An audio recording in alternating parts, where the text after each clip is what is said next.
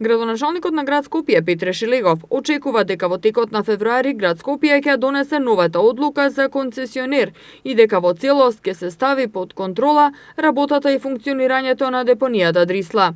На депонијата Дрисла, иако пред неколку години кога се склучи договорот со италијанската компанија ФЦЛ Амбиенте, се очекуваше дека целосно ќе биде модернизирана, не се направени било какви инвестиции, поради судските постапки кои се водеа со италијанската компанија и германската компанија која што беше пријавена на тендерот, како и жалбата од град Скопје.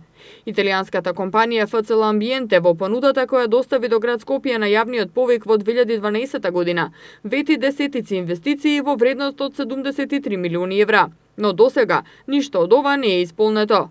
Објаснувањето на раководството на Дрисла е дека инвестиции нема затоа што судската постапка за доделување на концесијата била во тек од 2012 година. Градоначалникот Шилегов го повика Државниот инспекторат за заштита на животната средина да ги засили инспекцијските надзори над инсталациите за кои одговорен. За мене, кога е Дрисла прашање, многу поприоритетно во текот на февруари месец конечно да ја донесеме одлуката за концесионерот за да ги ставиме контраверзите што се околу овој капацитет зад нас. Јас упорно го повикувам Државниот инспекторат за заштита на животната средина како надлежен орган да ги засилува инспекцијските надзори над инсталациите за кои што е одговорена, кои што се наоѓаат на територија на град Скопје. Дрисла, железара, усје треба да бидат перманентно на 24 часовен надзор.